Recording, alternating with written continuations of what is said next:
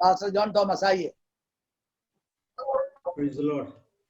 മലയാളത്തിൽ പറഞ്ഞാൽ മതി അതോ ഇംഗ്ലീഷ് യൂസ് ചെയ്യണോ? ഇങ്ങനെ മലയാളത്തിൽ പറഞ്ഞാൽ മതി. ഓക്കെ.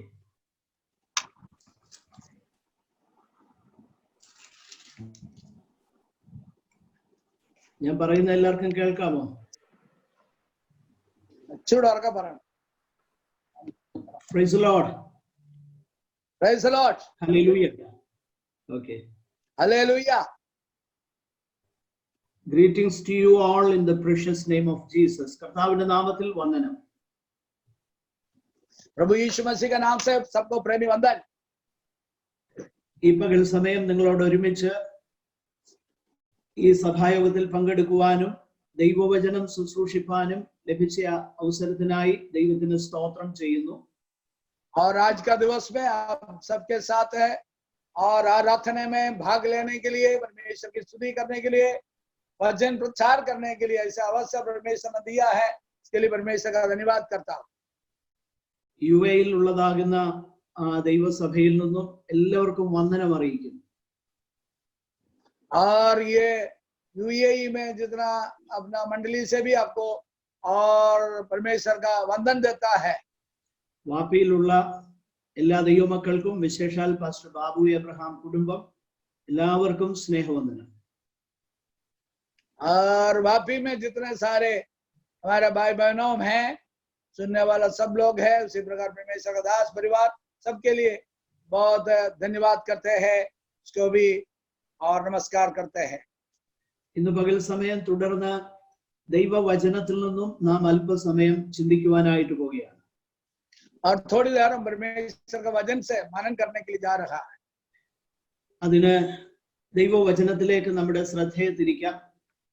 എബ്രായ ലേഖനം 11-ാമത്തെ അധ്യായത്തിൽ നിന്നുമാണ് പ്രധാനമായിട്ടും എബ്രായ ലേഖനത്തിൽ നിന്നുമാണ് നമ്മൾ ചിന്തിക്കാൻ പോകുന്നത്.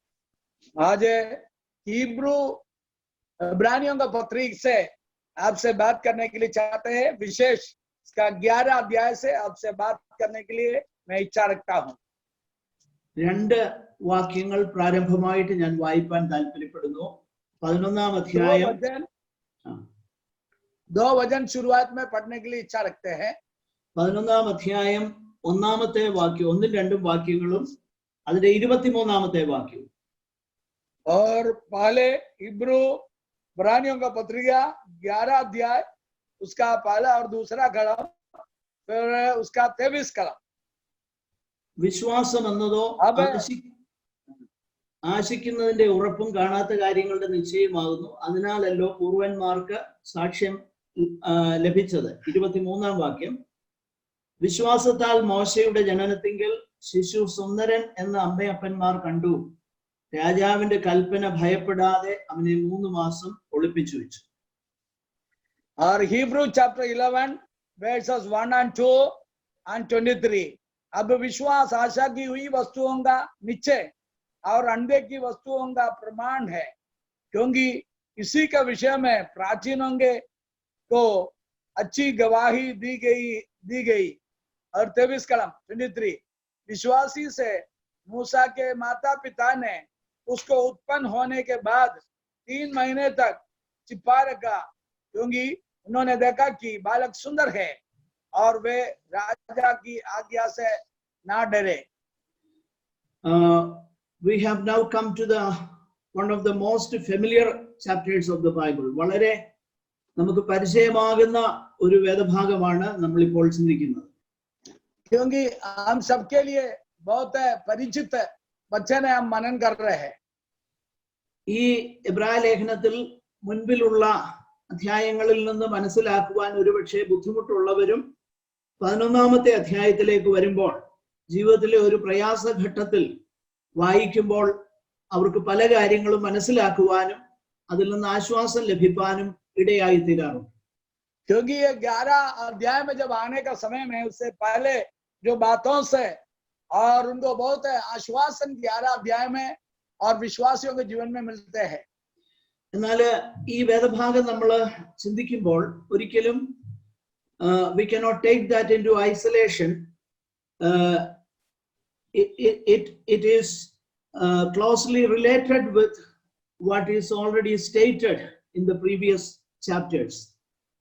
क्योंकि ये हम पूरा जो इससे पहले वाले जो अध्यायों में जो देखते हैं उसके साथ जो मिला हुआ जो और बातें इसमें लिखा है, क्योंकि कई बार हम ऐसा सोचते हैं क्योंकि उसका पहले के जो बातों में बहुत अन्य विभिन्न जो बातें उसमें लिखे हैं। ഇവിടെ ഈ എബ്രായ ലേഖനത്തിൽ അത് വായിക്കുന്ന വിശ്വാസികൾ അവരായിരിക്കുന്ന പ്രത്യേക സാഹചര്യത്തിന്റെ വെളിച്ചത്തിലാണ് ഈ വേദഭാഗം എഴുതപ്പെട്ടതും അതേ അർത്ഥത്തിലാണ് നമ്മൾ മനസ്സിലാക്കേണ്ടത്.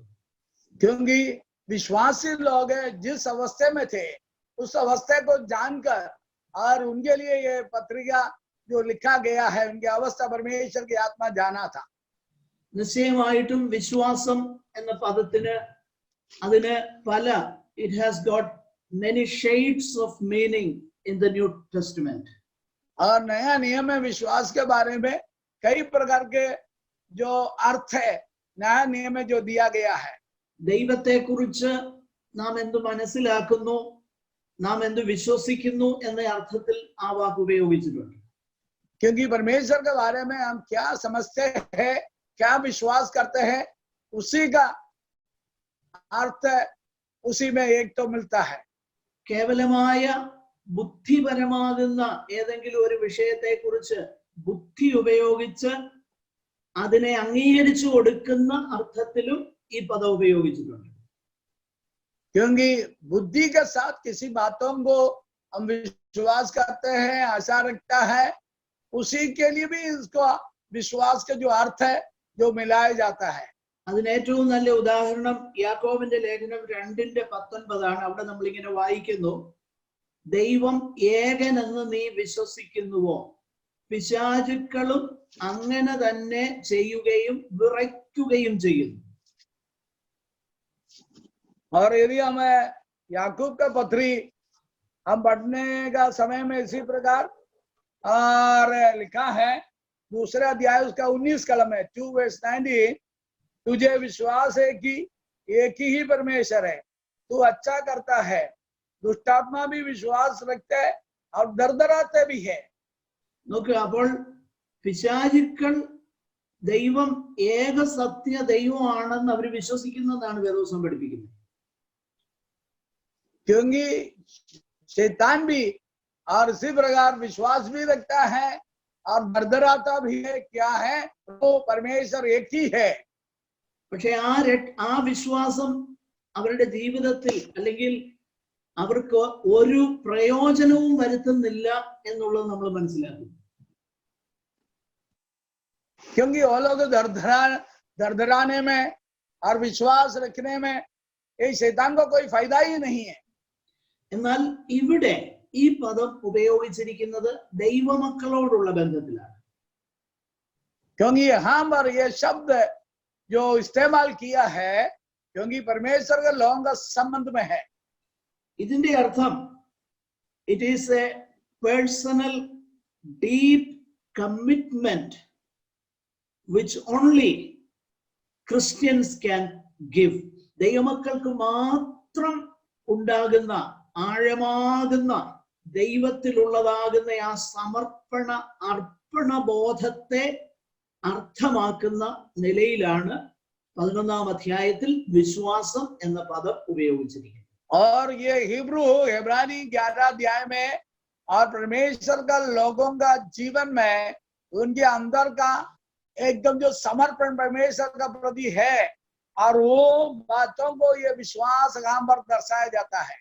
ഈ വിശ്വാസത്തിലൂടെയാണ് അവർ സഹിഷ്ണുതയോടെ നിലനിൽക്കുന്നത്. കാരണം അതിന്റെ 10:36 നമ്മൾ അത് വായിക്കുന്നു, ദൈവേഷ്ടം ചെയ്ത് വാഗ്ദത്തം പ്രാപിപ്പാൻ സഹിഷ്ണുത നിങ്ങൾക്ക് ആവശ്യം.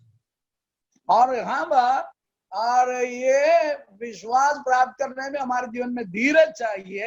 इसलिए हिब्रू इब्रानी 10:36 10:36 में लिखा है, क्योंकि तुम्हें धीरज धराना आवश्यक है ताकि परमेश्वर की इच्छा को पूरी करके तुम प्रतिज्ञा का फल पाओ. അങ്ങനെ സഹിഷ്ണുതയുള്ളവരുടെ കാര്യമാണ് 39-ാം വാക്യത്തിൽ 10:39 നാമോ നാശത്തിലേക്ക് പിന്മാറുന്നവരുടെ കൂട്ടത്തിലല്ല, വിശ്വസിച്ച് ജീവരക്ഷ പ്രാപിക്കുന്നവരുടെ കൂട്ടത്തിൽ അത്രേ ആകുന്നു.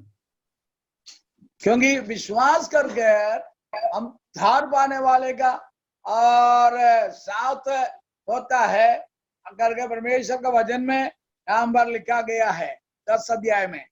ആ വിശ്വാസത്തെ കുറിച്ചും അതിന്റെ ഇല്ലുസ്ട്രേഷൻസുമാണ് 11ാമത്തെ അധ്യായത്തിൽ നമ്മൾ വായിക്കുന്നത്. क्योंकि वो 10वीं अध्याय में जो दिया गया है उसका विवरण उस विश्वास और धीरज धराना की बातों में जो बात है वहां पर लिखा गया है 11वीं अध्याय में. കാരണം ഈ ദൈവമക്കൾ വളരെ പ്രയാസകരമാകുന്ന ഒരു അനുഭവത്തിൽ കൂടെ കടന്നു പോകുന്നവരാണ്. क्योंकि ये वहां का विश्वासी लोग बहुत दुख की अवस्था से और उसका जीवन गुजार रहा था. അവര് വിശ്വസിച്ച് പോന്നിരുന്ന അവരുടെ മുൻകാല മതം അവർക്കെതിരാണ്, യഹൂദ മതം അവർക്കെതിരാണ്. क्योंकि पहले ये लोग जो विश्वास किया हुआ उनका जो यहूदी धर्म है उसका विरोध में थे. മാത്രമല്ല ഭരണാധികാരികൾ അവർക്ക് വിരോധമാണ്. क्योंकि वहां का अधिकारी लोग ये विश्वासियों का विरोध में रहते थे. അവരുടെ ജീവിതത്തിൽ ഒരുപാട് പ്രശ്നങ്ങൾ ക്രിസ്തുവിങ്കിലേക്ക് വന്നത് നിമിത്തം ആ ഒറ്റ കാരണം കൊണ്ടുണ്ടായിട്ടുണ്ട്. क्योंकि ये लोग प्रभु यीशु मसीह का विश्वास में आया, उसी का कारण से इन लोगों से बहुत सारा खट उसके अंदर उसके जीवन में सहना पड़ा था. ക്രിസ്തുവിങ്കിലേക്ക് വന്നതുകൊണ്ട് മാനുഷികമാകുന്ന നിലയിൽ ഈ ഭൂമിയിൽ അവർക്ക് ഒരു ലാഭം ഉണ്ടായിട്ടില്ല. क्योंकि मसीह का अनुभव में विश्वास में आने का कारण से इस धरती पर उनके जीवन में कुछ लाभ तो नहीं हुआ. എന്നാൽ അവരുടെ ജീവിതത്തിൽ ദൈവം നൽകിയതാകുന്ന വെളിപ്പാടനുസരിച്ച് അവർക്ക് നിത്യജീവൻ പ്രാപിക്കുന്നത് യേശുക്രിസ്തുവിൽ ഉള്ളതാകുന്ന ആശ്രയത്തിലും വിശ്വാസത്തിലും മാത്രമേ കഴിയൂ എന്ന തിരിച്ചറിവിൽ അവരുടെ പുറമേ ഉള്ളതാകുന്ന നഷ്ടങ്ങളെ അവഗണിച്ചുകൊണ്ട് അവർ കർത്താവിൽ വിശ്വസിക്കുകയാണ്. इनके जीवन में प्रभु यीशु मसीह के साथ है रहने का कारण से, विश्वास में आने का कारण से उनके जीवन में सांसारिक तौर से कोई लाभ नहीं है, तो भी उनका विश्वास प्रभु यीशु मसीह में मिलने वाला अनंत जीवन का और बहुत बड़ा कारण बनता है. वो आशा उसके अंदर है, इसलिए प्रभु यीशु मसीह में ये दुख के बीच में, खट के बीच में भी वो टिके रहता है, उसमें थामे रहता है. അതിനോടുള്ള ബന്ധത്തിൽ ഒരു കാര്യം ഞാൻ നിങ്ങളോട് വളരെ വ്യക്തമായി പറയട്ടെ. और उसके संबंध में एक बात और मैं आपको बताना चाहता हूं. ക്രിസ്തുവിനെ അനുഗമിക്കുമ്പോൾ നമുക്ക് യേശുവിന്റെ നാമത്തിൽ സൗഖ്യമുണ്ട്, അതിന് ഒരു സംശയമില്ല. क्योंकि प्रभु यीशु मसीह पर विश्वास कर आने वाले लोगों के जीवन में और चंगाई तो है, जरूर है. എന്നാൽ സൗഖ്യം പ്രാപിക്കാൻ വേണ്ടി ക്രിസ്തുവിനെ പിൻപറ്റരുത്. क्योंकि चंगाई केवल प्राप्त करने के लिए प्रभु यीशु मसीह के पीछे नहीं आना. ക്രിസ്തുവിനെ അനുഗമിക്കുമ്പോൾ ജീവിത സാഹചര്യങ്ങൾക്ക് വ്യത്യാസം ഉണ്ടാകും. കാരണം നമ്മുടെ പല ഹാബിറ്റ്സിൽ നിന്നും ദൈവം നമ്മളെ വിടുവിക്കും. ഉദാഹരണത്തിന്, നേരത്തെ ജോലി ചെയ്ത് മദ്യത്തിന് പണം ചെലവാക്കിയവൻ ഇപ്പോഴത് ചെയ്യുന്നില്ല. അവന്റെ ഭവനത്തിന്റെ രക്ഷയ്ക്ക് വേണ്ടി അവൻ പ്രയത്നിക്കാൻ തുടങ്ങും. അപ്പോൾ ആ നിലയിൽ അവൻ അനുഗ്രഹങ്ങൾ, നന്മകൾ ഈ ഭൂമിയിൽ ഉണ്ടായിരുന്നിരിക്കും. क्योंकि संसार में कई लोगों के जीवन में अभी जो शराब पीने वाले लोग हैं, उनका शराब छोड़कर आने का समय में क्या होता है, उनका शराब के लिए जितना पैसा खर्चा होता है वो पैसा उनका बेच जाता है, उसके द्वारा उनका आशीष मिलता है. ऐसा तो वो आशीष तो होता ही है.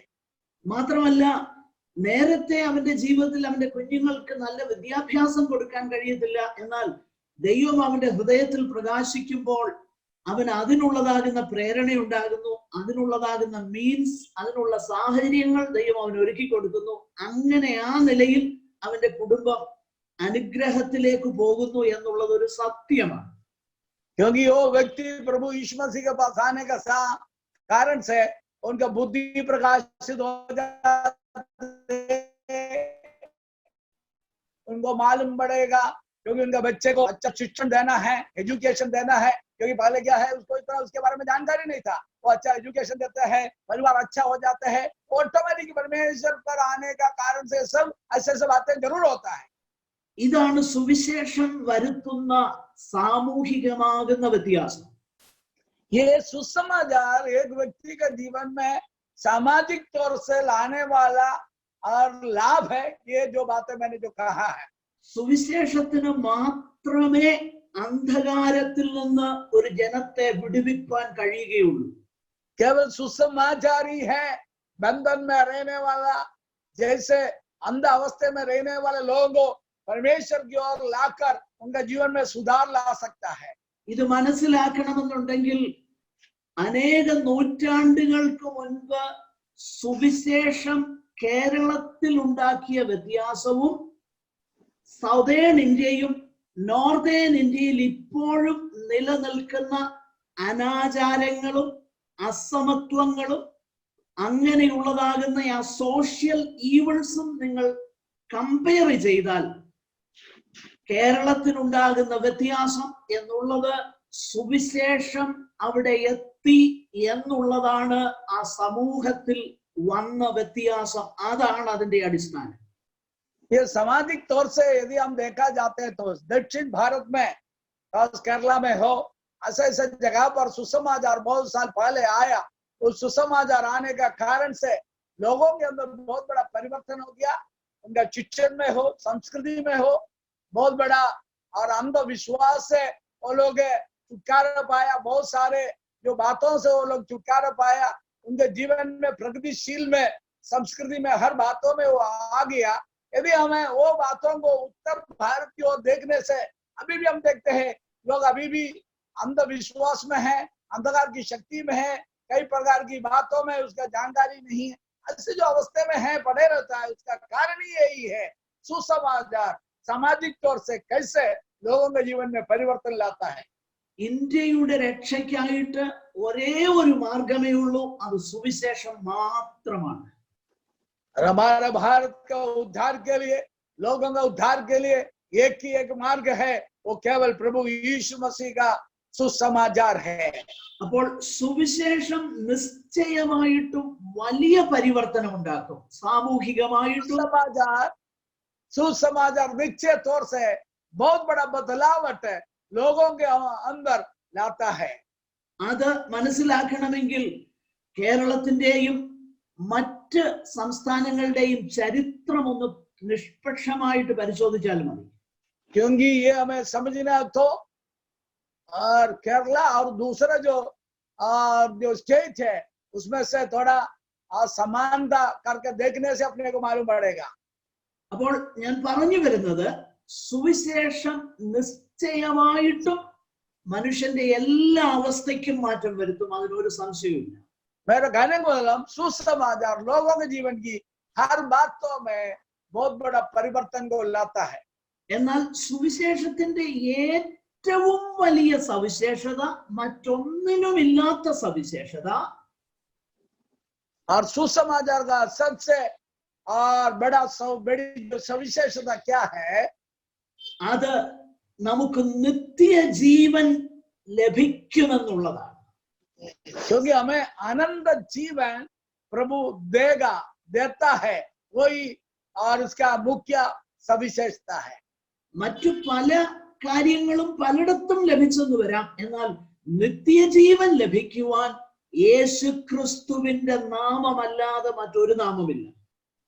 हमें शायद दूसरा जो चीज हो, शायद दूसरा कई जगह से मिल सकता है, बल्कि केवल आनंद जीवन प्रभु यीशु मसीह के द्वारा ही हमें मिलेगा, दूसरा कहीं भी नहीं मिलेगा। അതുകൊണ്ടാണ് ഈ ഒരു പ്രശ്നത്തിൽ ബുദ്ധിമുട്ടുകളിൽ അകപ്പെട്ടിരിക്കുന്ന ഈ എബ്രായ വിശ്വാസികൾ അവരുടെ പ്രശ്നങ്ങളുടെ നടുവിൽ അവരെ ആശ്വസിപ്പിച്ചുകൊണ്ട് ദൈവത്തിന്റെ പരിശുദ്ധാത്മാവ് അവർക്ക് ഈ ലേഖനം കൊടുത്തിരിക്കുകയാണ്. जो यहूदी इब्राई जो विश्वासी लोगों के जीवन में ऐसा प्रतिकूल और विपरीत परिस्थिति में रहने का समय में उसको आश्वासन देने वाला परमेश्वर का वचन है। 11 अध्याय में यहाँ पर लिखा गया है, पूरा 11 अध्याय। അപ്പോൾ ജീവരക്ഷ നൽകുന്ന വിശ്വാസം എന്താണ്? क्योंकि विश्वास क्या है करके बड़ा समझ में आते हैं।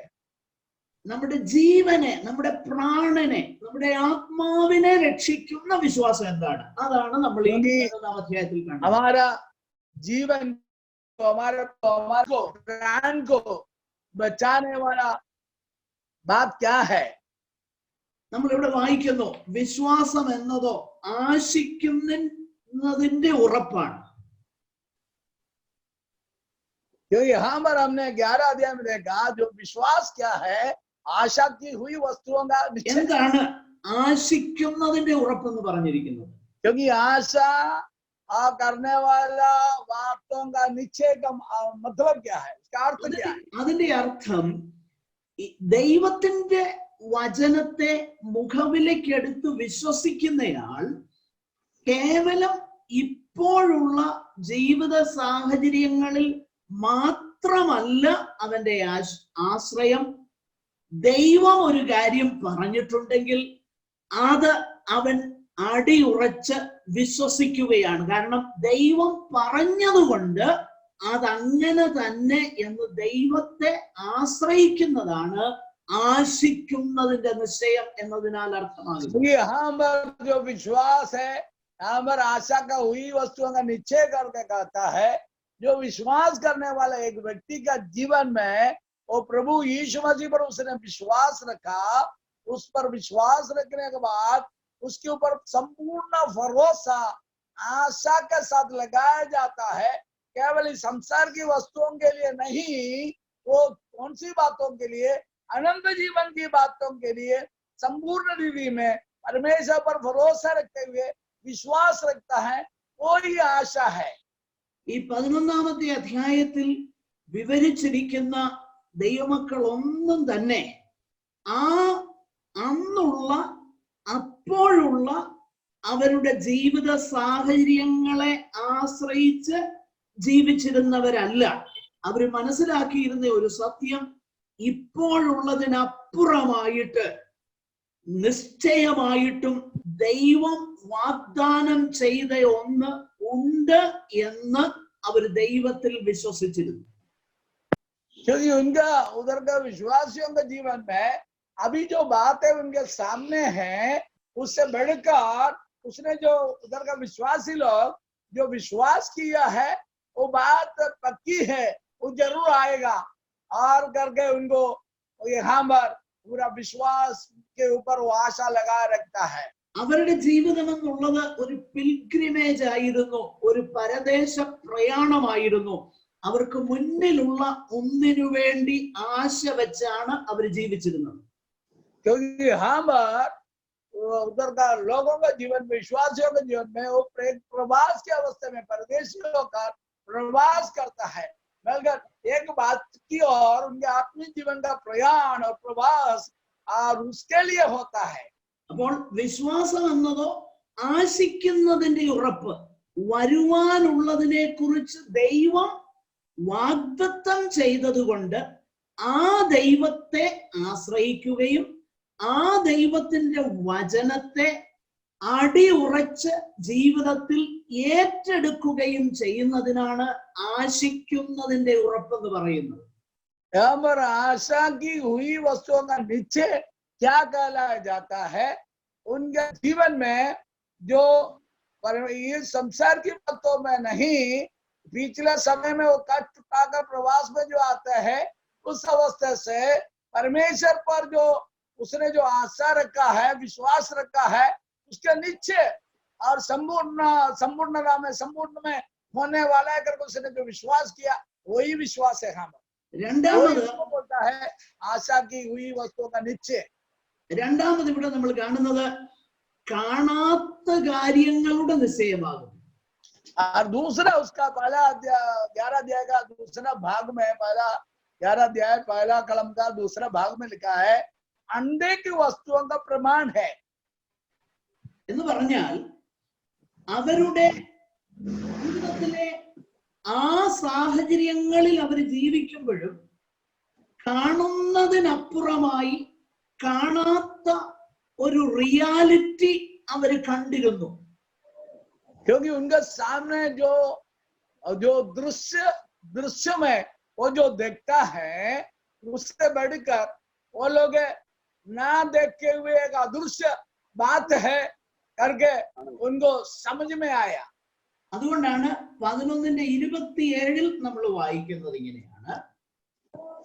चलिए 11 अध्याय 27 कलम है, 11 अध्याय 27 कलम है 27. വിശ്വാസത്താൽ അവൻ അദൃശ്യ ദൈവത്തെ കണ്ടതുപോലെ ഉറച്ചു നിൽക്കയാൽ രാജാവിന്റെ കോപം ഭയപ്പെടാതെ മിസ്രയീം വിട്ടുപോകുന്നു. क्योंकि उसका 27 कलम में इसी प्रकार लिखा है, विश्वासी से राजा का क्रोध से ना डरकर उसने मिस्र को छोड़ दिया, क्योंकि वह अनदेखे को मानो देखता हुआ दृढ़ रहा.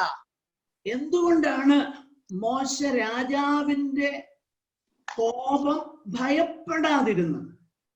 क्यों मूसा मिस्र देश का राजा का क्रोध को ना डरा? നാം വായിക്കുന്നു വിശ്വാസത്താൽ. का कारण क्या है? उसके अंदर विश्वास था. രാജാവിന്റെ കോപം എന്ന് പറഞ്ഞാൽ അന്ന് ഒരു രാജാവ് കോപിച്ചാൽ അതിന്റെ അർത്ഥം ആർക്കെതിരെ കോപിക്കുന്നുവോ ആ വ്യക്തിയെ കൊല്ലുവാനുള്ള അധികാരം ഒരു രാജാവിനുണ്ടായിരുന്നു. ഇന്നത്തെ പോലെയല്ല. क्योंकि उस समय का राजा लोग यदि किसी व्यक्ति के ऊपर क्रोधित करता है तो इसका मतलब क्या है? उस व्यक्ति को मार भी डाल सकता है. ऐसा उनका क्रोध का अर्थ है. അപ്പോൾ ആ അവരുടെ ഇമ്മീഡിയറ്റ് ആയിട്ടുള്ള സർക്കംസ്റ്റാൻസസിന് അപ്പുറമായി കാണുന്നത് രാജാവിന്റെ കോപിക്കുന്ന മുഖമാണെങ്കിലും അതിന്റെ അപ്പുറം കാണാത്ത ഒരു നിശ്ചയം അതെന്താണ്? അദൃശ്യനാകുന്ന ദൈവത്തെ മോശ കണ്ടു. क्योंकि मूसा का जीवन में जब सामने देखता है राजा का क्रोध उसको दिखाई पड़ता है, उसी समय पर उसने क्या किया? अनदेखी परमेश्वर को, अदृश्य परमेश्वर को ऊपर उसने विश्वास किया, दृढ़ता के साथ विश्वास किया. जो देखा नहीं है तो भी उनके जीवन में उसका निश्चय और प्रमाण उसके अंदर था. അപ്പോൾ കാണാത്ത കാര്യങ്ങളുടെ നിശ്ചയമാണ് വിശ്വാസം എന്ന് പറയുമ്പോൾ കാണുന്ന കാര്യങ്ങളുടെ അല്ലെങ്കിൽ കണ്ണിന് കാണാൻ കഴിയുന്ന സ്പർശിപ്പാൻ കഴിയുന്ന ജീവിത സാഹചര്യങ്ങൾക്കനുസൃതമായി ജീവിക്കുന്നതിനപ്പുറമായി അതിന്റെ അപ്പുറം കാണാത്ത ഒരു റിയാലിറ്റി, ഒരു സത്യം കണ്ടിട്ട് ആ റിയാലിറ്റിയുടെ വെളിച്ചത്തിൽ ഇപ്പോൾ കാണുന്ന ജീവിതം നയിക്കാൻ കഴിയുന്നതാണ് വേദപുസ്തകത്തിലെ വിശ്വാസം. क्योंकि परमेश्वर का वचन का विश्वास क्या है? एक बात उसने देखा था, वो क्या है? परमेश्वर को देखा, अदृश्य परमेश्वर को देखा, विश्वास के द्वारा देखा. इसलिए ऐसे जो व्यक्तियों का जीवन में अभी का उनके जीवन का तकलीफ हो, अभी का उनके जीवन का जो परिस्थिति हो, विभिन्न परिस्थिति हो, उनके लिए कोई विषय नहीं. कारण क्या है? अदृश्य परमेश्वर को देखने के कारण से उसके सामने ये कुछ भी नहीं है करके उसने समझा. അതുകൊണ്ടാണ് 11:7 നമ്മൾ ഇങ്ങനെ വായിക്കുന്നു. चलिए 11 अध्याय 11 चैप्टर 7 11 अध्याय का 7 कलम है. വിശ്വാസത്താൽ നോഹ അതുവരെ കാണാത്തവയെ കുറിച്ച് അരുളപ്പാടുണ്ടായിട്ട് ഭയഭക്തി പൂണ്ട് തന്റെ കുടുംബത്തിന്റെ രക്ഷയ്ക്കായി ഒരു പെട്ടകം തീർത്തു. नंबर 11 verse 7 11 अध्याय का 7 कलम है. और विश्वासी से नूह ने उन बातों के विषय में जो उस समय दिखाई ना पड़ती थी चेतावनी पाकर शक्ति के साथ अपने घराने के बचाव के लिए जगह बनाया और उसके द्वारा उसने संसार को दोषी ठहराया और उस धर्मी का वारिस हुआ जो विश्वास से होता है.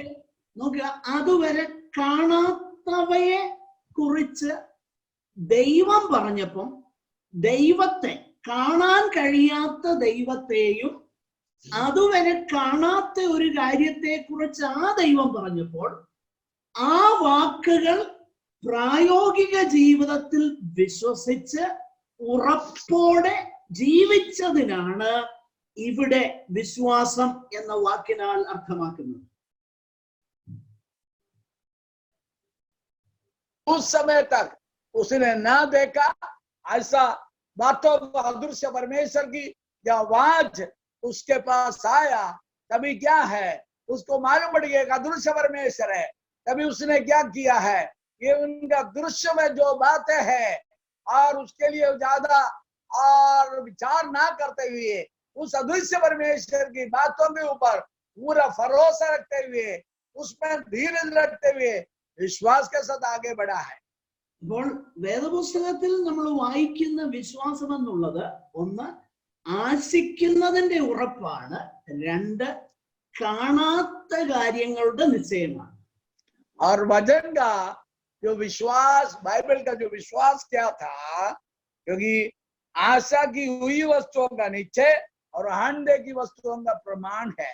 നമ്മുടെ ആശ എന്നുള്ളത് ദൈവം പറഞ്ഞതിലാണ്. അതുകൊണ്ടാണ് 10ാമത്തെ അധ്യായത്തിൽ അതിന്റെ അവസാന ഭാഗത്ത് നമ്മൾ നേരത്തെ റെഫർ ചെയ്ത ഭാഗത്ത് നമ്മൾ വായിക്കുന്നു, ഇനിയും എത്രയും അല്പകാലം കഴിഞ്ഞിട്ട് വരുവാനുള്ളവൻ വരും, താമസിക്കുകയുമില്ല. അപ്പോൾ വരാൻ പോകുന്ന കാര്യങ്ങളുടെ പ്രത്യാശയിൽ ഇപ്പോൾ ജീവിപ്പാൻ കഴിയുന്നതാണ് വേദപുസ്തകത്തിലെ വിശ്വാസം. क्योंकि आने वाला समय में प्रभु यीशु मसीह आएगा, उनके साथ लोग रहेगा, इसलिए उस समय का आनंद की बातों को, उस विश्वास को देकर अभी के जीवन में आने वाला कष्ट जीवन में कुछ भी नहीं है, इसलिए परमेश्वर के वचन में लिखा है अभी आने वाला जल्दी आ जाएगा करके प्रभु के वचन में लिखा है.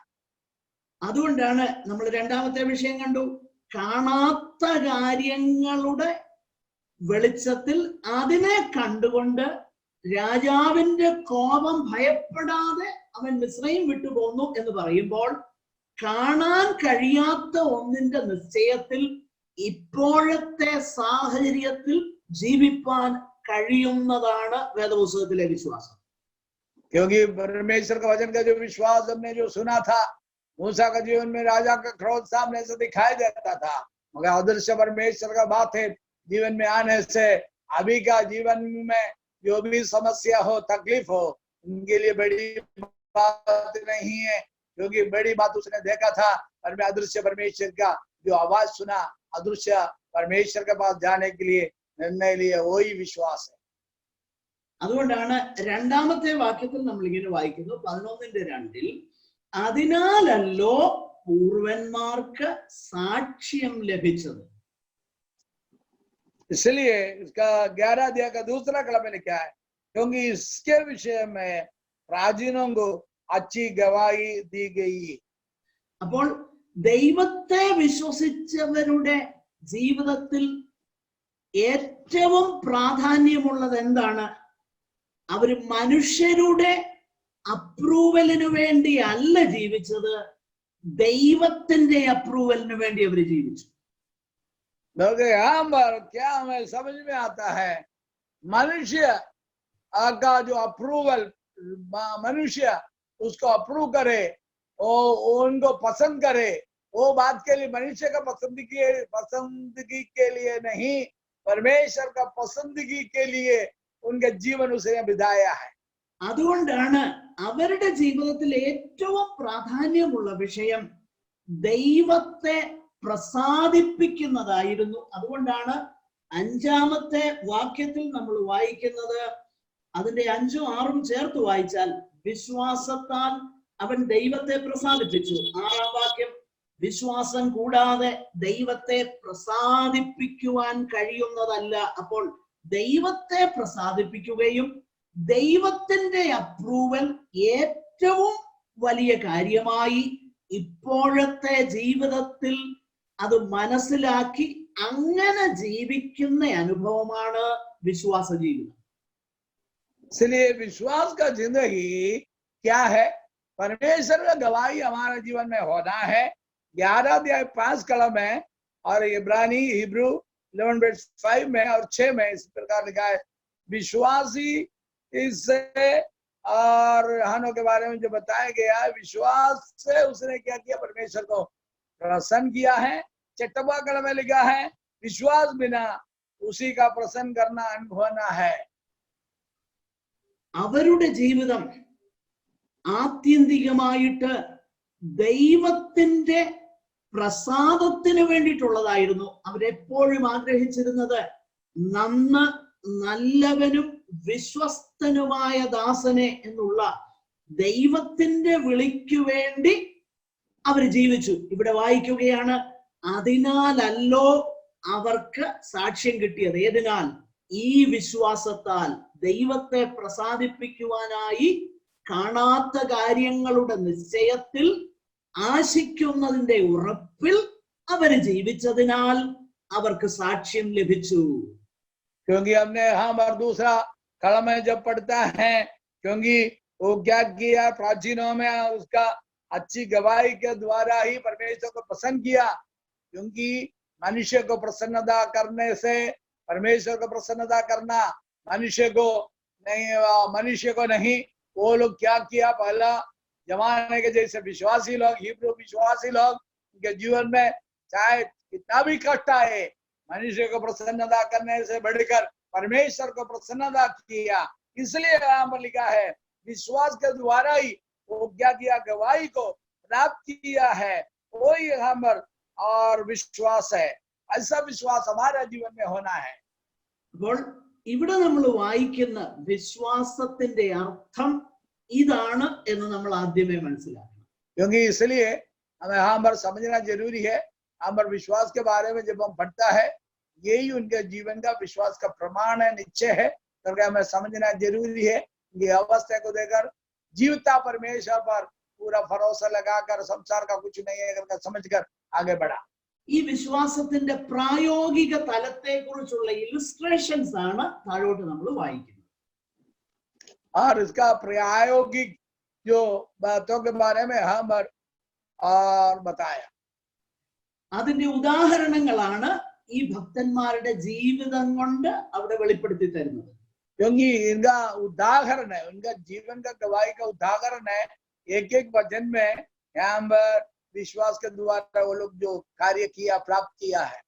അതിനോടുള്ള ബന്ധത്തിൽ നമ്മുടെ ജീവിതത്തോടും ഒന്ന് ബന്ധിപ്പിച്ച് ഞാൻ എൻ്റെ വാക്കുകളെ അവസാനിപ്പിക്കാം. क्योंकि हमारे साथ है ये से अभी जो बोलने वाला बातों को हमारे साथ किस प्रकार मिला हुआ है, वो भी बात बोलकर मैं समाप्त करने के लिए जाता हूँ। നമ്മൾ നേരത്തെ വായിച്ച വാക്യം മറന്നു പോകരുത്. വിശ്വാസത്താൽ മോശയുടെ ജനനത്തിങ്കൽ ശിശു സുന്ദരൻ എന്ന അമ്മയപ്പന്മാർ കണ്ടു. രാജാവിന്റെ കൽപ്പന ഭയപ്പെടാതെ അവനെ 3 മാസം ഒളിപ്പിച്ചു. हाँ, वर्ष का 23 कलम हमने पहले पढ़ा था, भूलना नहीं।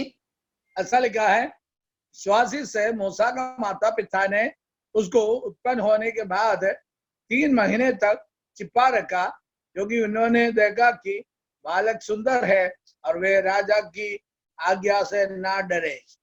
അപ്പോൾ വിശ്വാസത്താൽ അവർ രാജാവിന്റെ കൽപ്പനയെ ഭയപ്പെട്ടില്ല. यहाँ पर ये बातें लिखा है, इसका मूसा का माता पिता विश्वास के द्वारा और राजा का आज्ञा को माना नहीं। മോശയും രാജാവിന്റെ 27-ാം വാക്യം, അവൻ രാജാവിന്റെ കോപം ഭയപ്പെട്ടില്ല. मूसा भी राजा का क्रोध को क्या है और क्रोध के ऊपर डरा ही नहीं था। അപ്പോൾ വിശ്വാസം നമ്മളെ എങ്ങനെ സഹായിക്കുന്നു? ദൈവത്തിലുള്ള ആശ്രയം, കാണാത്ത കാര്യങ്ങളുടെ നിശ്ചയം, ആശിക്കുന്നതിന്റെ ഉറപ്പ് എങ്ങനെയാണ് നമ്മുടെ പ്രായോഗിക ജീവിതത്തിൽ നമ്മളെ സഹായിക്കുന്നത്? അതാണ് ഞാൻ ഈ തുടർന്നുള്ള മിനിറ്റുകളിൽ പറയാൻ പോകുന്നത്.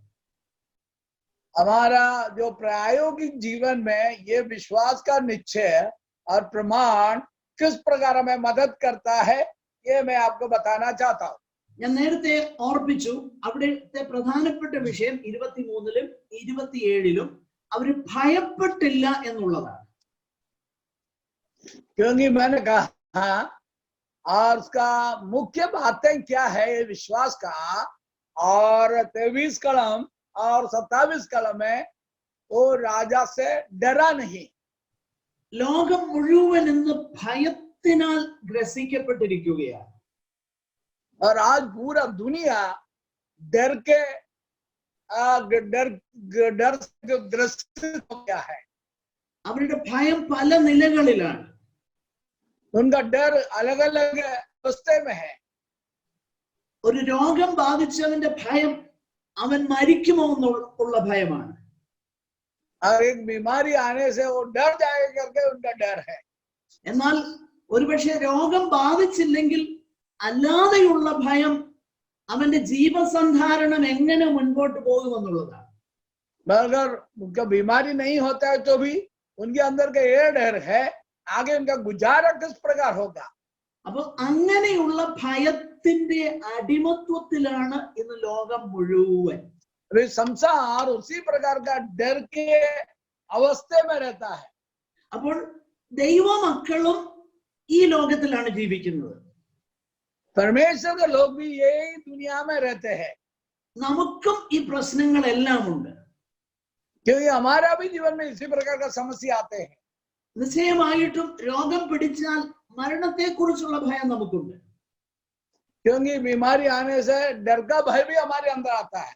എന്ന് പറഞ്ഞാൽ ശാരീരികമാകുന്ന മരണത്തെ കുറിച്ച് ദൈവമക്കളും ഭയപ്പെടും, അല്ലാത്തവരും ഭയപ്പെടും. ഒരു നിലയിൽ शारीरिक मरण से परमेश्वर लोग भी डरता है, दूसरे लोग भी डरते हैं. ശാരീരികമാകുന്ന മരണത്തെ കുറിച്ചുള്ള ഭയം അതൊരു പരിധി വരെ ഒരു നല്ല ഭയമാണ്. കാരണം നമ്മുടെ സംരക്ഷണത്തിനായിട്ട് ദൈവം തന്നിരിക്കുന്ന ഒരു പോസിറ്റീവായിട്ടുള്ള കാര്യമായിട്ട് അതിനെ കണ്ടാൽ. क्योंकि शारीरिक जो मरण का जो भय है एक सकारात्मक रूप से परमेश्वर ने सभी को जो दिया है और उसका और आधा अवस्था को हम जरूर हम समझे अपने जीवन में वो डर भी है. അതുകൊണ്ടാണ് നമ്മൾ അതിനു വേണ്ട പ്രിക്കോഷൻസ് എടുക്കുന്നത്. इसलिए क्या करते हैं, ऐसा बीमारी आने से उसका प्रिकॉशन क्या करना है, कैसे करना, अपने को ख्याल करता है.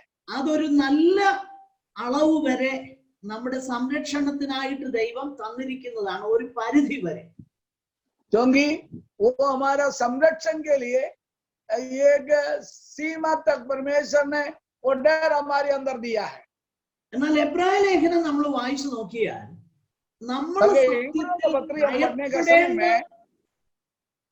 എന്നാൽ എബ്രായ ലേഖനം നമ്മൾ വായിച്ചാൽ നമ്മൾ സത്യത്തിൽ ഭയപ്പെടേണ്ടത് എന്തിനെയാണ്, ഭയപ്പെടുവാൻ പാടില്ലാത്തത് എന്താണെന്നും ഈ എബ്രായ ലേഖനം പറയുന്നു.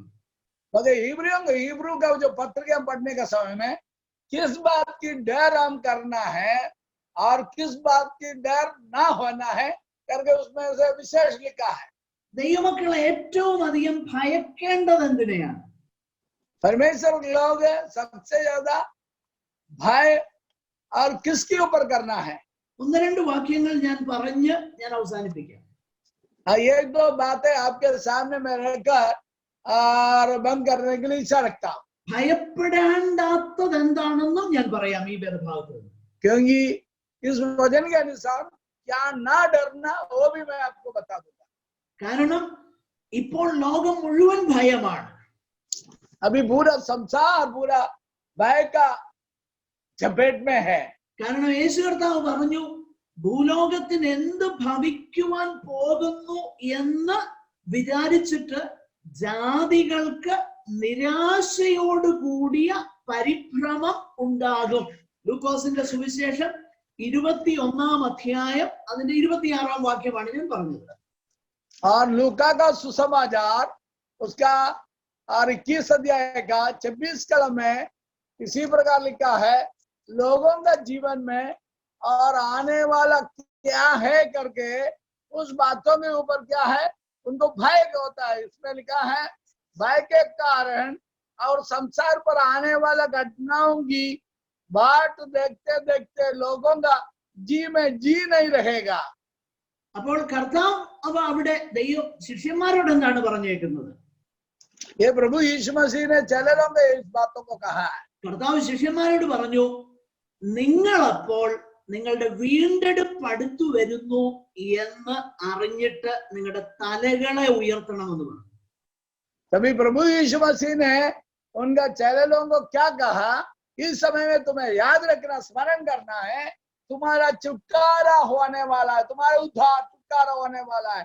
इसलिए तुम क्या करना है? परमेश्वर का धन्यवाद करना चाहिए। അപ്പോൾ ജാതികൾക്ക് നിരാശയോടുകൂടിയ പരിഭ്രമം ഉണ്ടാകുമ്പോൾ ദൈവമക്കൾ തലകളെ ഉയർത്തുവാനാണ് കർത്താവ് പറഞ്ഞത്.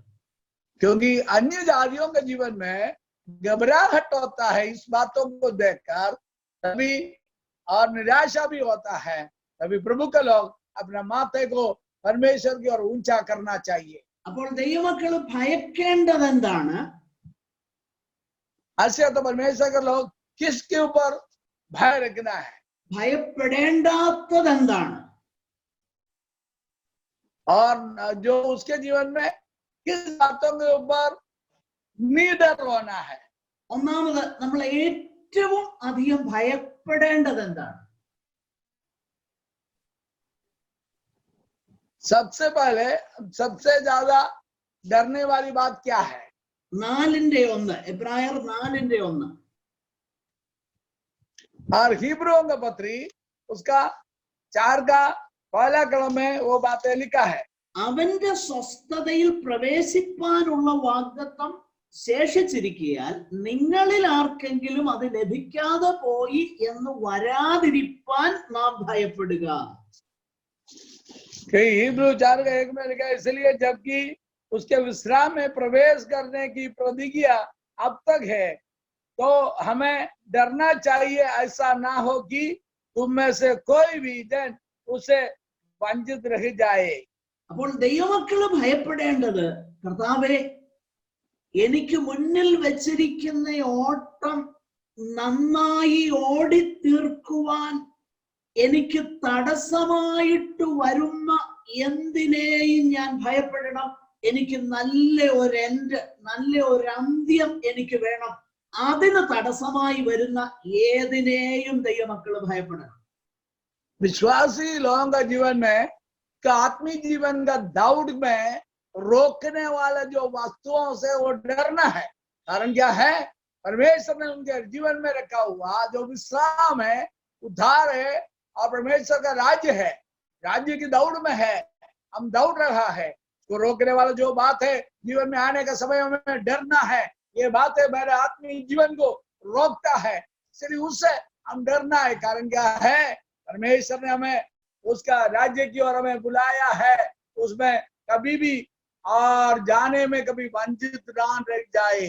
അപ്പോൾ ഭയപ്പെടേണ്ട എന്ന് പറയുന്ന ദൈവവചനം തന്നെ ഭയപ്പെടണം എന്ന് പറയുന്ന കാര്യങ്ങൾ നമ്മൾ വായിക്കും.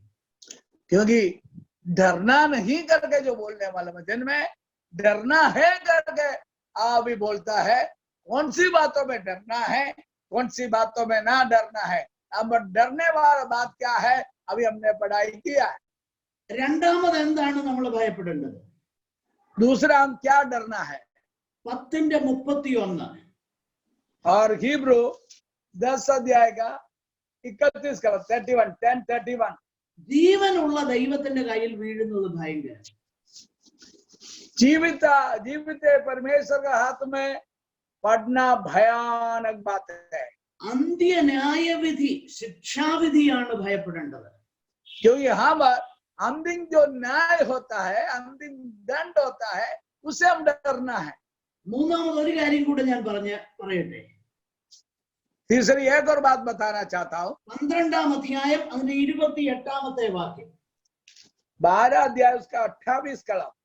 ആകയാൽ ഇളകാത്ത രാജ്യം പ്രാപിക്കുന്നത് കൊണ്ട് നാം നന്ദിയുള്ളവരായി ദൈവത്തിന് പ്രസാദം വരുമാറ് ഭക്തിയോടും ഭയത്തോടും സേവ ചെയ്യുക. और हिब्रू 10:28 में लिखा है, इस कारण हमें इस राज्य को पाकर ओ जो हिलने का नहीं, कृतज्ञ हो और भक्ति और भय सहित है परमेश्वर की ऐसी आराधना करे जिससे वह प्रसन्न होता है। എബ്രായർ 12:28 നമ്മൾ വായിച്ചത്.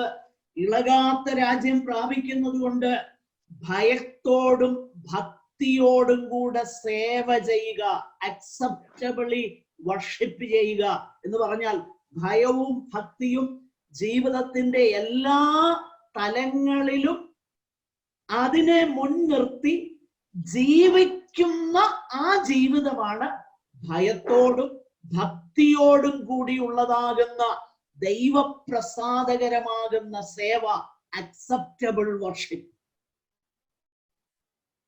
क्योंकि हम ना हिलने वाला राज्य को हम प्राप्त करते हैं, इसलिए परमेश्वर का वचन में लिखा है हम भय और भक्ति के साथ परमेश्वर का और सेवा करना है, ताकि क्योंकि उस राज्य को हम पा सके। इसलिए हमारा दिन प्रति जीवन में परमेश्वर का भक्ति और भय भी अंदर जीवन में होना चाहिए, ताकि जो राज्य है कभी ना हिलता है उस राज्य को हम प्राप्त कर सकेगा। നാം ഭയപ്പെടേണ്ടാത്തത് എന്തിനെന്നൂടെ പറഞ്ഞ് ഞാൻ അവസാനിപ്പിക്കാം. हम किस बातों की डरना नहीं तो किस बातों में हमारा डर नहीं होना चाहिए। അതിന്റെ 2:15 എബ്രായർ 2:15 और हिब्रू का दूसरा अध्याय में उसका 15 का 2:15 हिब्रू चैप्टर 2:15 തന്റെ മരണത്തിന്റെ അധികാരിയായ പിശാചിനെ തന്റെ മരണത്താൽ നീക്കി ജീവപര്യന്തം മരണഭീതിയാൽ അടിമകളായിരുന്നവരെ ഒക്കെയും വിടുവിച്ചു. ഇവിടെ ദൈവത്തിന്റെ പരിശുദ്ധാത്മാവ് പറയുന്നു, മരണഭീതിയുടെ അടിമത്വത്തിലായിരുന്നു നമ്മൾ, എന്നാൽ ദൈവം നമ്മളെ അവിടുന്ന് വിടുവിച്ചെന്ന്.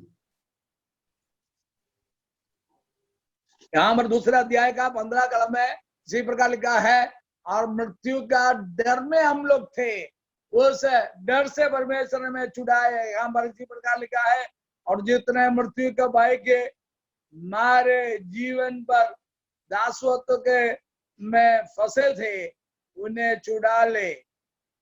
നേരത്തെ ഞാൻ സൂചിപ്പിച്ചു ഫിസിക്കൽ ഡെത്തിനെ കുറിച്ച്. मैं पहले आपको बताया था शारीरिक मरण के बारे में. ആ മരണത്തിന് ഒരു പരിധി വരെ നമ്മൾ വളരെ പ്രിക്കോഷനോട് ജീവിക്കണം. ആ ഒരു ഭയം നമ്മളിൽ ദൈവം വെച്ചിട്ടുണ്ടെന്ന് ഞാൻ പറഞ്ഞു. मैंने कहा उस शारीरिक मरण में डेथ में हमारा जो डर है एक सीमा है, वहां तक हमें रखना है, लेकिन उसे आगे नहीं रखना. എന്നാൽ ഇവിടെ പറഞ്ഞിരിക്കുന്ന ഈ മരണഭയം എന്താണ്? यहाँ पर बताया हुआ प्रस्तुत किया हुआ ये मरण क्या है? ആത്യന്തികമാകുന്ന നിത്യമായി നഷ്ടപ്പെടുന്ന മരണം എന്ന ഭയം. क्योंकि अनंत काल तक जो अनंत काल तक मृत्यु में रखने वाला उस अवस्था है. ആ ഭയത്തിൽ നിന്ന് ദൈവം നമ്മളെ വിടുവിച്ചു. क्योंकि हमारे जीवन में आनंद जीवन का जो भय है उसमें से परमेश्वर में छुड़ाए. അപ്പോൾ ജാതികൾക്ക് നിരാശയോടുകൂടി പരിഭ്രമം ഉണ്ടാകുമ്പോൾ ദൈവമക്കൾക്ക് ആ നിലയിൽ അവർക്ക് പരിഭ്രമിക്കാതിരിക്കാൻ അവരെ സഹായിക്കുന്നത് ഈ ദൈവത്തിലുള്ളത് ആശ്രയമാണ്, വിശ്വാസമാണ്. क्योंकि आनंद काल का मृत्यु से परमेश्वर इस बहुत बड़ा भय से हमें छुड़ाकर आनंद जीवन देते हुए प्रभु के वस्तु में रहने के लिए सहायता करते हैं. क्या है ये आनंद काल का मृत्यु का डर से परमेश्वर पर विश्वास करने से प्रभु ने हमें छुड़ाता है, उस विश्वास है. നാം ചിന്തിച്ചുകൊണ്ടിരിക്കുന്ന എബ്രായ ലേഖനത്തിൽ നിന്ന് ഭയങ്ങളിൽ നിന്ന് എങ്ങനെ വിശ്വാസം നമ്മളെ സംരക്ഷിച്ചു നിർത്തുന്നു എന്നുള്ളതാണ്. ദൈവത്തിൽ കാണാത്ത കാര്യങ്ങളുടെ നിശ്ചയവും ആശിക്കുന്നതിന്റെ ഉറപ്പും. हमारा हमें हिब्रू का पत्रिका से ये पढ़ रहा है, हमारे जीवन का भय से परमेश्वर किस प्रकार हमें छुड़ाता है, हमें संरक्षण करने वाला, हमारे वाला क्या बात है करके इसमें से हम सुन रहा है. ഇനിയും ഒരു കാര്യം കൂടെ പറഞ്ഞ് ഞാൻ അവസാനിപ്പിക്കുന്നു. एक और बात बोलकर मैं समाप्त करना चाहता हूँ. 13:6 നമ്മൾ इങ്ങനെ വായിക്കുന്നു, 5-6 വാക്യങ്ങളിൽ. हम 13 अध्याय का 5 और 6 कलम में इसी प्रकार पढ़ते हैं. हिब्रू चैप्टर 13 और 5 and 6. നിങ്ങളുടെ നടപ്പ് ദ്രവ്യാഗ്രഹമില്ലാത്തതായിരിക്കട്ടെ, ഉള്ളതുകൊണ്ട് തൃപ്തിപ്പെടുവീൻ. यहाँ पर उसका 5 कलम में लिखा है 13:5, और तुम्हारा स्वभाव लोभ रहित हो, और जो तुम्हारे पास है उसी पर संतोष करे, क्योंकि उसने आप ही कहा है मैं तुझे कभी नहीं छोड़ूंगा, कभी नहीं. ഇവിടെ നമ്മൾ വായിക്കുന്നു, നിങ്ങളുടെ നടപ്പ് ദ്രവ്യാഗ്രഹമില്ലാത്തതായിരിക്കട്ടെ, ഉള്ളതുകൊണ്ട് തൃപ്തിപ്പെടുവീൻ. इसमें इसी प्रकार लिखा है, तो हमारा स्वभाव है लोभ रहित हो. എന്ന് പറഞ്ഞാൽ പണത്തിനു വേണ്ടി, പണം നമുക്ക് ആവശ്യമാണ്, പക്ഷെ പണത്തിനു വേണ്ടി എങ്ങനെയും പണം ഉണ്ടാക്കാൻ വേണ്ടി ദൈവമക്കൾ ജീവിക്കാൻ പാടില്ല.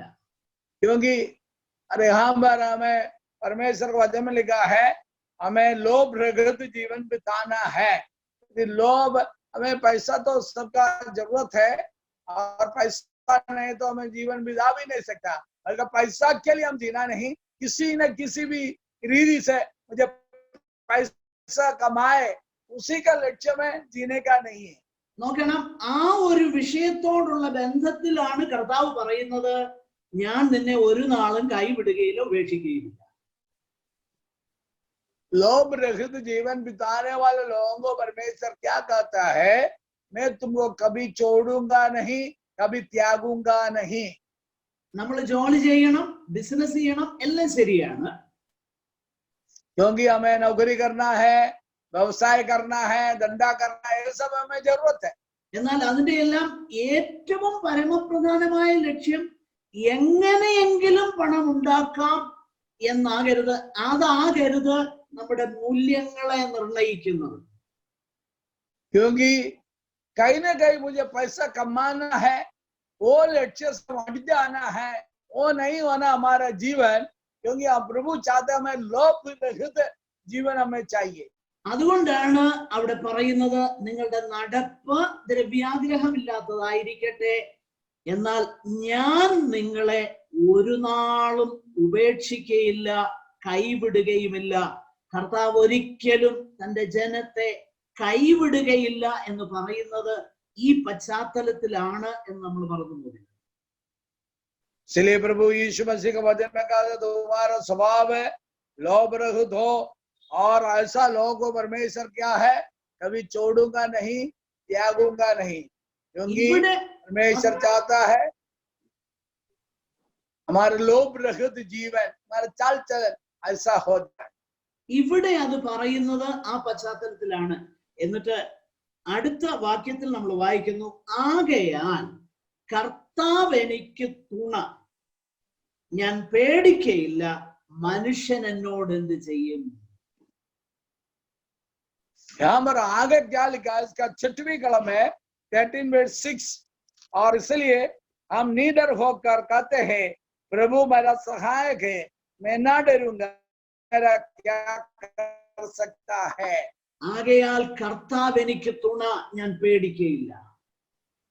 इसलिए परमेश्वर मेरे पक्ष में है, सहायक है, मैं कभी नहीं डरूंगा. എങ്ങനെയാണ് കർത്താവ് എനിക്ക് തുണയെന്ന് അറിയാൻ പറ്റുന്നത്? कैसे परमेश्वर मेरा साथ रहता है, मेरा सहायक होकर रहता है? അവിടെയാണ് വിശ്വാസം. वहां पर ही विश्वास बोलता है. അദൃശ്യനാകുന്ന ദൈവത്തെ കണ്ടതുപോലെ മോശ ഉറച്ചു നിൽക്കിയാൽ രാജാവിന്റെ കോപം ഭയപ്പെട്ടില്ല. और अदृश्य परमेश्वर को मूसा ने देखा, इसलिए क्या किया है, उनके ऐसा विश्वास का कारण से राजा का क्रोध से वो डरा नहीं था. നേരിട്ട് കാണുവാൻ കഴിയുന്ന രാജാവിന്റെ കോപിക്കുന്ന മുഖത്തിനപ്പുറം കാണാൻ കഴിയാത്ത അദൃശ്യ ദൈവത്തെ അവൻ കണ്ടു, അതുകൊണ്ട് ഭയപ്പെട്ടില്ല. क्योंकि मूसा सामने से दृश्य से क्या देख रहा था, राजा का क्रोधित करने वाला चेहरा को देखा, बल्कि उसके आगे उसने क्या देखा, परमेश्वर का, अदृश्य परमेश्वर का वो चेहरे को उनका अंदर ही अंदर उसने देखा. അതുകൊണ്ട് അവൻ കോപം ഭയപ്പെടാതെ മിസ്രയീം വിട്ടുപോകുന്നു. क्योंकि इसलिए हमें वो क्या नहीं किया, वो डरा नहीं है, मिस्रयीम को छोड़ा है. മോശയുടെ മാതാപിതാക്കന്മാരും അതേ കാര്യമാണ് ചെയ്തത്. അവർ രാജാവിന്റെ കൽപ്പനയെ ഭയപ്പെട്ടില്ല. എന്തുകൊണ്ട്? വിശ്വാസത്താൽ. क्योंकि मूसा का माता पिता का भी जीवन में वो लोग भी क्या नहीं किया, उनके अंदर भी डर नहीं था. कारण क्या है, आप राजा का आज्ञा था, प्रतिज्ञा था, उसके जीवन में था, फिर भी वो डरा नहीं था. ഇതാണ് ക്രിസ്തീയ വിശ്വാസം എന്ന് പറയുന്നത്. इसको कहते हैं मसीह जीवन. ഇതാണ് വിശ്വാസ ജീവിതം. ഇതാണ് बोलते मसीह विश्वास जीवन. അതുകൊണ്ടാണ് വിശ്വാസം എന്നതോ ആശിക്കുന്നതിന്റെ ഉറപ്പും കാണാത്തതിൻ കാര്യങ്ങളുടെ നിശ്ചയവുമാകുന്നത്. इसलिए परमेश्वर का वचन में लिखा है विश्वास आशा का हुई वस्तुओं का निश्चय और अंडे की वस्तुओं का प्रमाण है. പ്രിയപ്പെട്ടവരെ, ദൈവം നമ്മളെ വിളിക്കുന്നത് അതിനു വേണ്ടിയിട്ടാണ്. और इसलिए मेरे प्रियो, हमारा परमेश्वर उसके लिए हमें बुलाया है. നമ്മുടെ ജീവിതം വിശ്വാസത്തിൽ അധിഷ്ഠിതമാകട്ടെ. हमारा जीवन विश्वास के ऊपर आधारित है. എങ്ങനെയുള്ള വിശ്വാസം? എബ്രായ ലേഖനം 11-ാം किस प्रकार का जो विश्वास है, किस प्रकार का विश्वास है? എബ്രായ ലേഖനം 11-ാമത്തെ അധ്യായത്തിൽ നമ്മൾ ഇപ്പോൾ ചിന്തിച്ച ആ വിശ്വാസം, हिब्रू का पत्रिका में अभी हमने जो मनन किया है वही विश्वास. അതിന് ദൈവം നമ്മളെ സഹായിക്കട്ടെ. Thank you all for listening to me very patiently. God bless you. Thank you for having me. May God bless you all. और आप परमेश्वर आशीष करे, अनुग्रह करे, और उसके लिए प्रभु आप सबको सहायता जरूर करे.